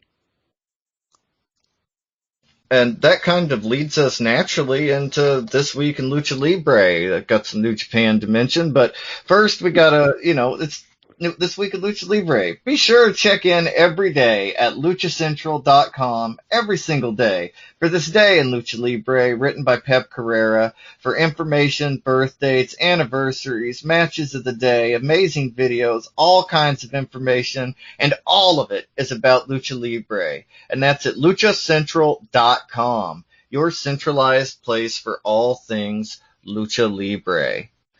This week, I chose November the 22nd, 1992, when Legends of Lucha Libre superstar Ultimo Dragon won the IWGP Junior Heavyweight Championship for the first time in his career after beating El Samurai at the New Japan Pro Wrestling Scramble 1992 at the Koku Gaiken Hall in Tokyo. And I could not find footage of this match, but this was an era when Ultimo Dragon was on the rise. He was fresh. He signed with CMLL in 1991. And so this was like his ascension before he became the Ultimo Dragon. We all know who won the Super J Cup and had, 17 titles draped around his body. This is the beginning of that. This was his first title. It's a pretty big deal. And so it's exciting. If somebody has the video to that, send it to me. Like, I would love to see it.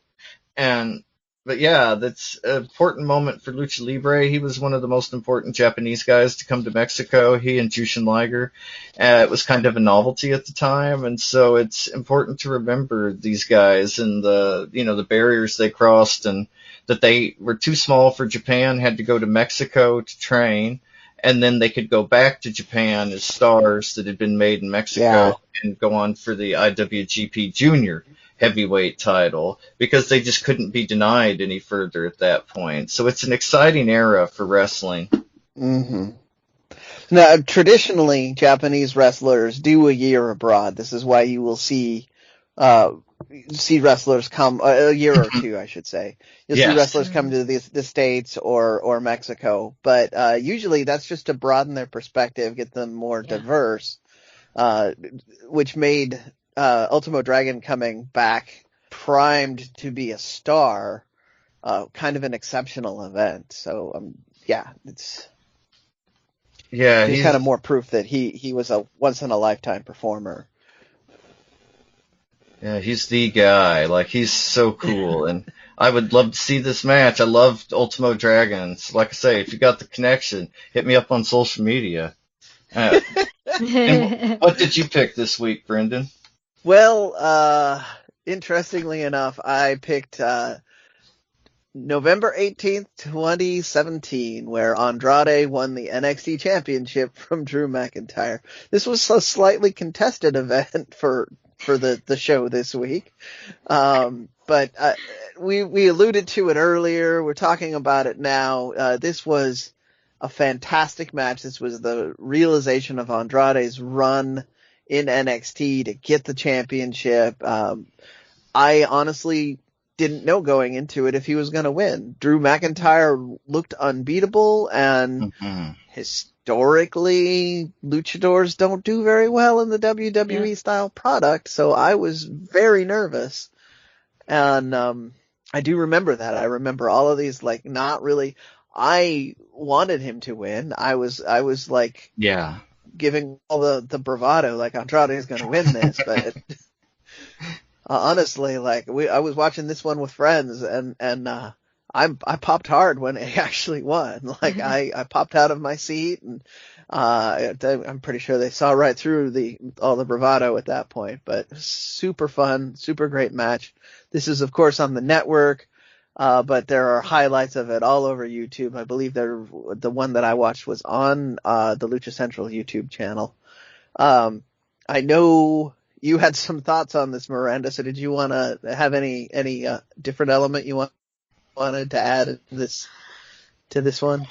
Well, no, I think it was, at the time, definitely a surprise because, Drew McIntyre, his return to WWE through NXT was pretty, highly touted. And the fact that he had won the NXT championship was a sign that they were going to, move him up. I think that it was a bit of a surprise that he lost it to Andrade, but there was also hope that then this was going to be the opportunity for Andrade to really get on that upper echelon of the NXT roster. And I mean, historically, when you think about people who've won the NXT championship, they have gone to, you know, bigger and better opportunities with Finn Balor and Kevin Owens. Yes.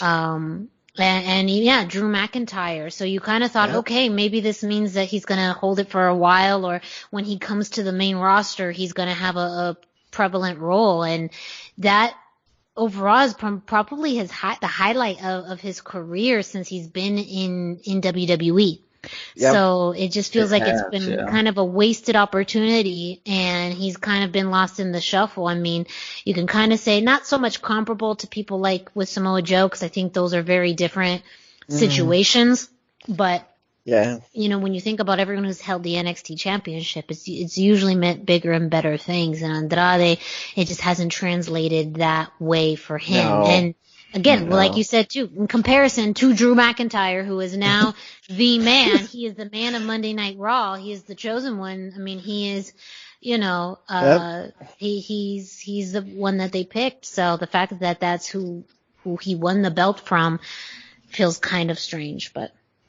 Yeah, it added a weird wrinkle to it. And we talked a lot about this earlier, just like then Andrade kind of lost his footing at the end of his title reign.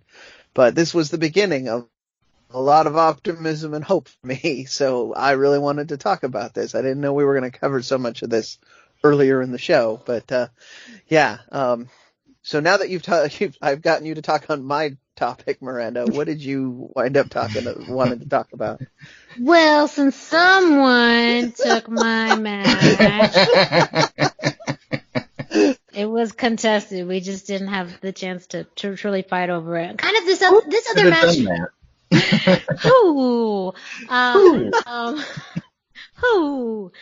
So the match that I picked was November 17th, 2002, when Los Corredos, Eddie and Chavo Guerrero, won the WWE Tag Team Championships in a triple threat elimination match at Survivor Series, when they beat Rey Mysterio and Edge and Kurt Angle and Chris Benoit.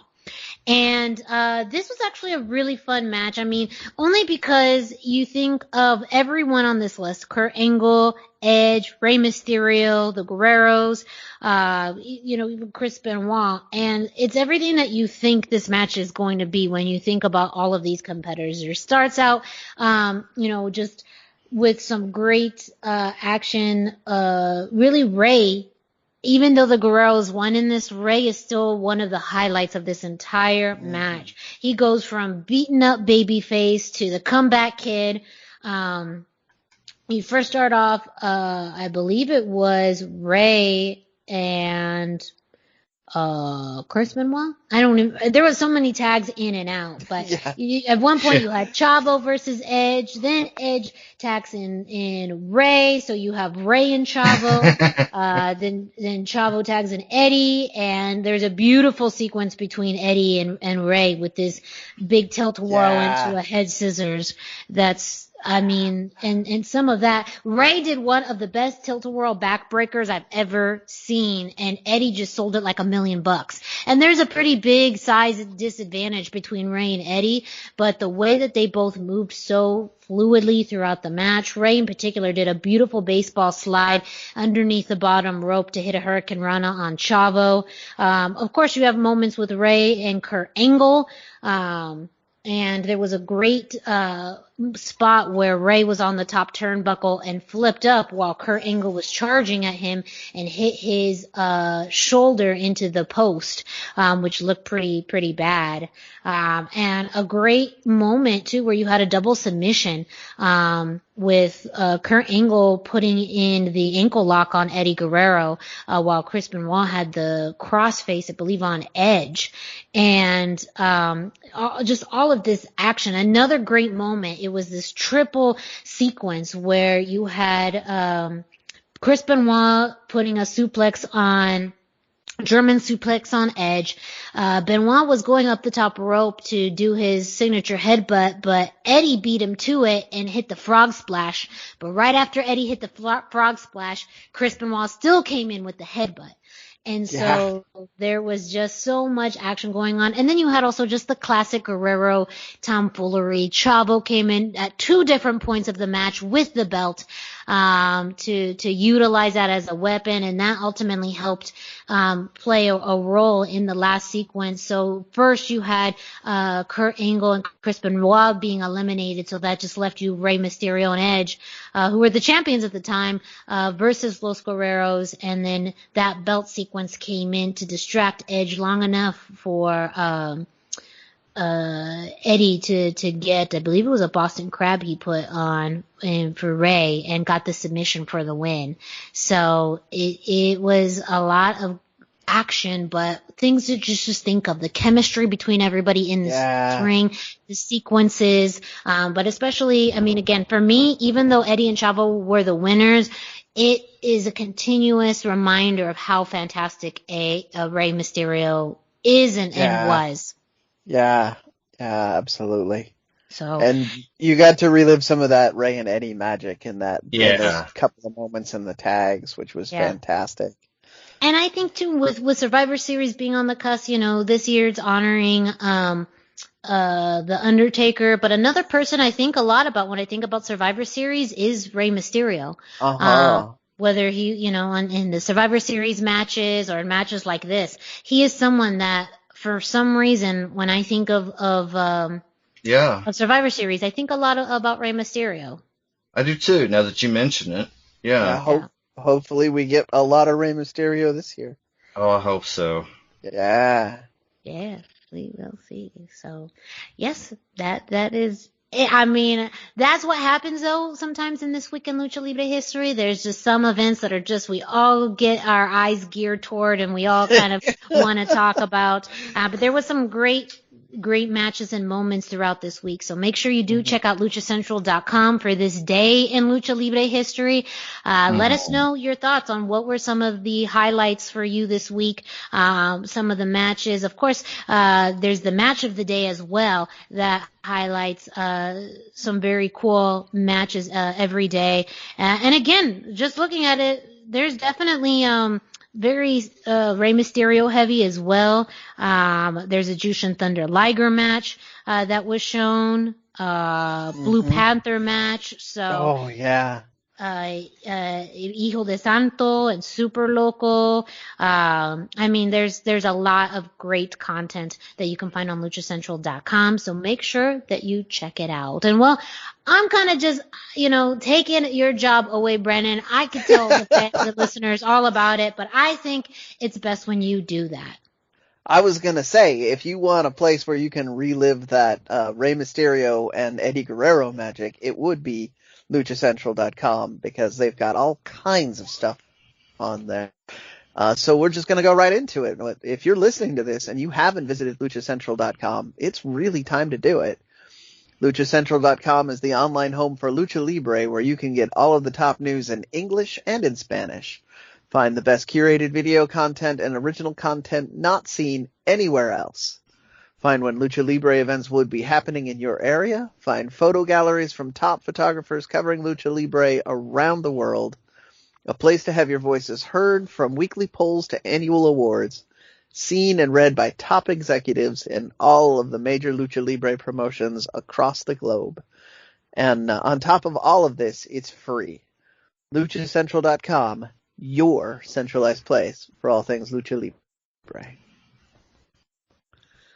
All right. As we head into the end of the show, we just got a few more pieces of information for you, because literally we will pack this show to the brim every week just to make sure you know what is happening in the world of Lucha Libre. We go into Impact Wrestling. This past Saturday we had Turning Point, which was an Impact Plus exclusive, and in that match we had Moose Moose versus Willie Mack. And this actually leads into this week's Impact show, but let me get into their match at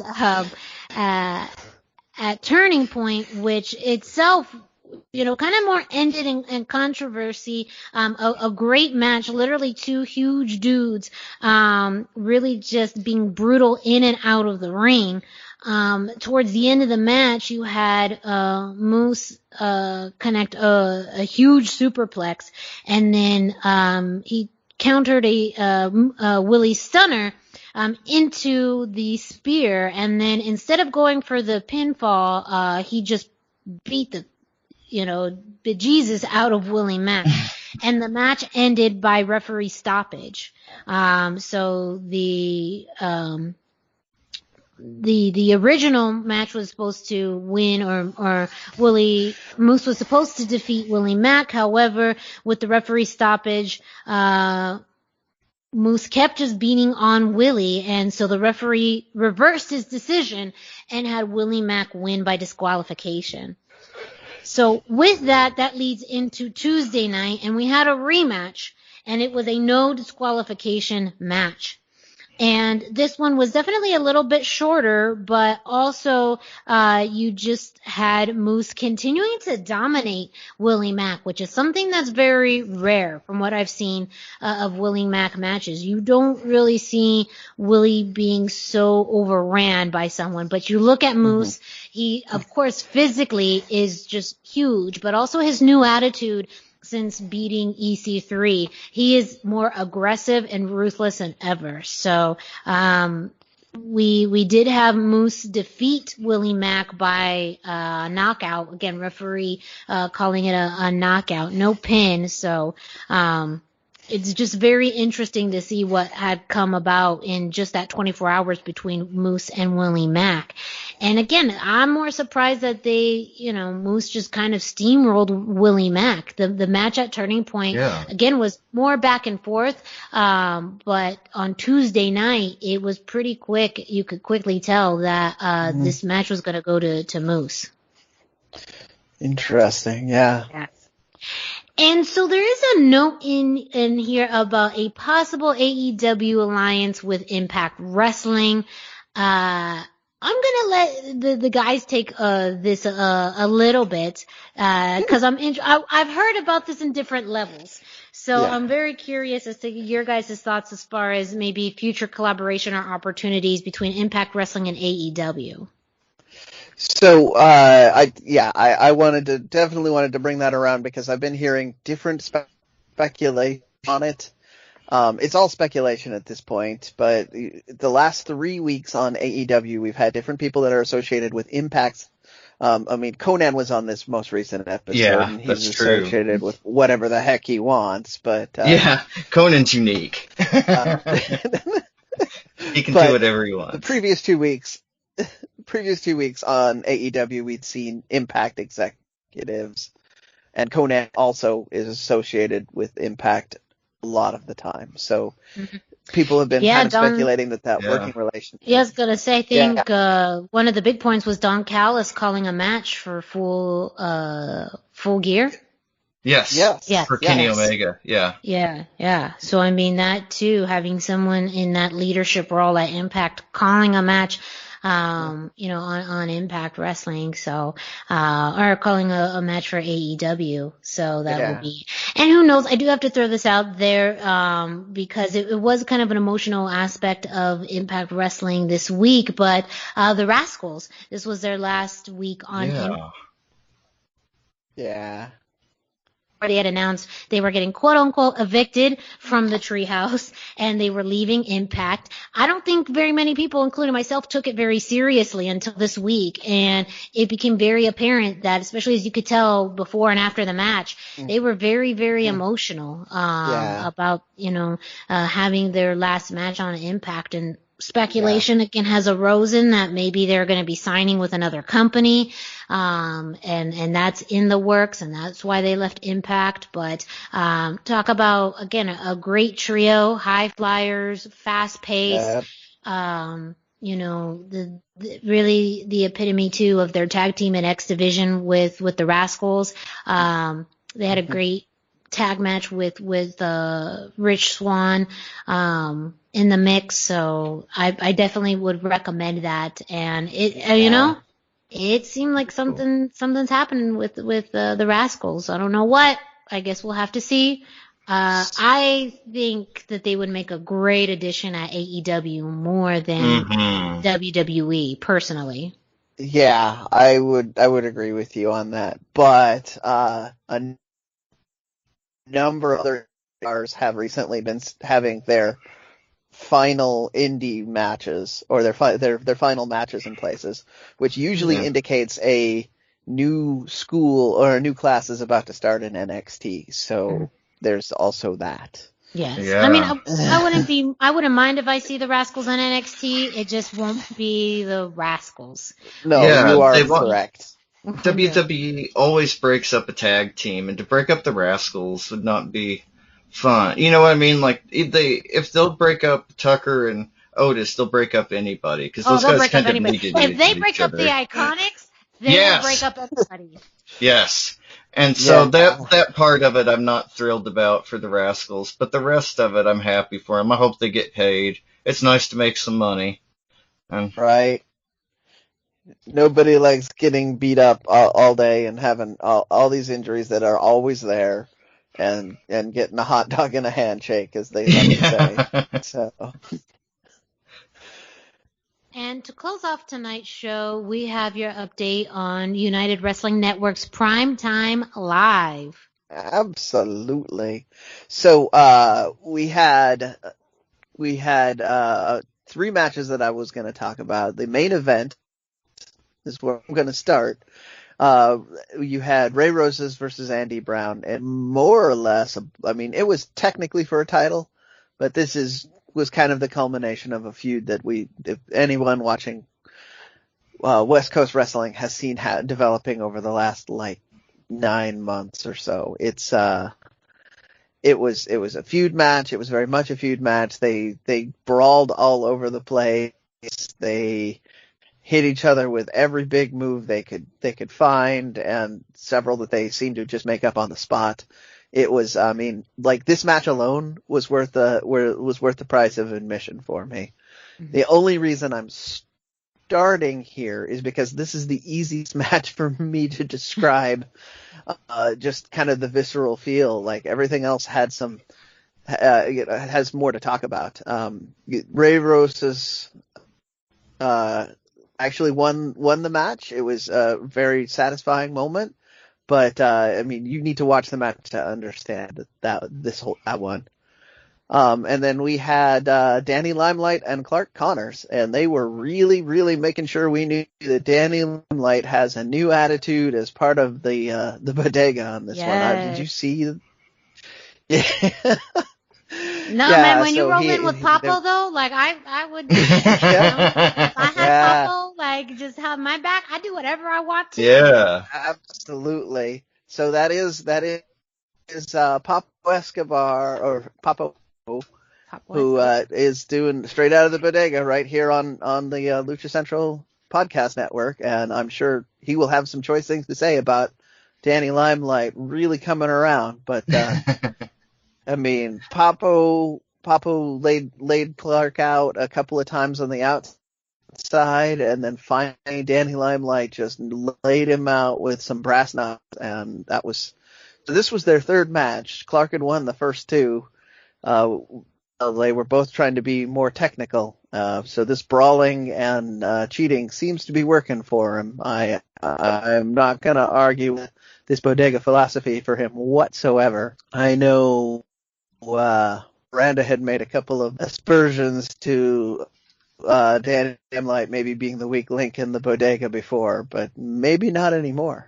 Well, I mean, Papo had to set him straight. That's what happens. That's why. Yeah, probably. I'm just saying. Again, have you seen Papo? He's intimidating at all. He could set me straight on anything. Right? He would if he tells me that's how it is. That's how it's gonna be. Only tell you once. You only get one. Yep. And exactly. That's all I need. And then I mentioned earlier that we were going to talk about Ruby Reyes, because she and Lindsay Snow had just an absolute brawl on this, and They're not done. I'm going to start there, but I mean, the match went about 10 minutes, and there was not a winner. The referee finally had to call the thing off because they kept trying to hit each other with objects. The referee would get in the way. So finally they both stopped fighting each other just long enough to knock the ref on his ass, which is when he decided. And then they went right back to kicking each other's ass. So I love this. Like, I mean, Ruby Reyes, La Chingona is always a favorite of mine, and Lindsay Snow has been a new favorite that I'm just can't get enough of. So they're clearly setting up a rematch on this one. And I mean, if you're not checking out Primetime Live, the rematch of this is going to be sensational. And that's what I got for Primetime Live. Thank you, Brendan. And yes, make sure you check out the United Wrestling Network's Primetime Live. That is also on Fight TV. You can order. He's doing the 3-4 pack. They're doing the 4-pack still. Okay, yes. So you can order 4 shows at a time. And again, it's really entertaining. You see some great talent, of course, the best of the West, but a lot of talent that you see in other promotions like AEW, like Ring of Honor. If you are a big NWA fan, then definitely check out United Wrestling Network's Primetime Live. Yeah. And with that, well, that's the end of this week's episode. Thank you all so much for listening. Don't forget to check out Lucha Central, luchacentral.com, your centralized place for all things Lucha Libre. You can also follow Lucha Central on social media. You can check us out on Facebook and Instagram at Lucha Central and on Twitter at luchacentral.com. And of course, check out the YouTube page. There you can find some exclusive interviews and matches all for you. And while you're at it, why don't you follow us on social media? Dusty, let our listeners know where they can find you. Yeah, I am on Facebook at facebook.com/Dusty Murphy, and I am on Instagram at Dusty Murphy, all one word. And Brendan, where can our listeners find you? I am 321 T-shirt guy. That's the numbers 321, and then T-shirt guy is all spelled out. I'm on Facebook, I'm on the Instagram, and I'm on Twitter. Like, one of these I'm on way more than the other, and that would be Twitter. But you can put me in it. Yes. Speaking of, I'm on Twitter right now. I would like to remind everybody, Mission Pro Wrestling is doing a Puerto Rican focus series of custom matches. Yes. So cool. That just popped in my feed again. So there's just your chance. Go to missionprowrestling.net to see all of your favorite Puerto Rican wrestlers in custom matches. And then, Miranda, where can we find you? Yes. I was going to real quick mention about Mission Pro that they are also doing a show on Friday, December 11th. Run It Back, and they have the cards already been put out with your special ring announcer Shaul Guerrero. So that's going to be big for anyone who wants to watch that. Thunder Rosa will be in action. Red Velvet. You have Amber Rodriguez. Just as Lacey Ryan, Killa Kate, Kimberly. So it just reminded me of that as well for Mission Pro. So plug in that. But yes, me, Miranda Morales, you can find me on Instagram and Facebook at the #Miranda. Hashtag is spelled out. I'm not on Twitter, so just go ahead and just tweet at Brennan for me. I'll take it. Yes. And also, while you are at it, make sure to subscribe, rate, and review our show. So if you are listening to this possibly on iTunes, on Google, on Spotify, Podbay, Speaker, iHeartRadio, you can subscribe and get alerts to make sure that you get notified every time a new episode of the Lucha Central Weekly podcast drops. And you can rate and review us, so you can leave us 5-star, 5-star, 5-star, 5-star, 5-star rating. Oh, yeah. Man. 5 stars, baby. 5 stars, baby. And you can also leave us a review. Let us know what you think about the show. You can also give us any feedback and topics that we can cover in the future. So we did give you a lot to do, but let's consider it your homework assignment for the week. That's all right. You got till next week, and we'll do this whole thing all over again. So for Dusty Murphy and for Brendan Barr, I'm Miranda Morales. Thank you so much, and we'll be back next week. Respetable público, lucharán a 2 de 3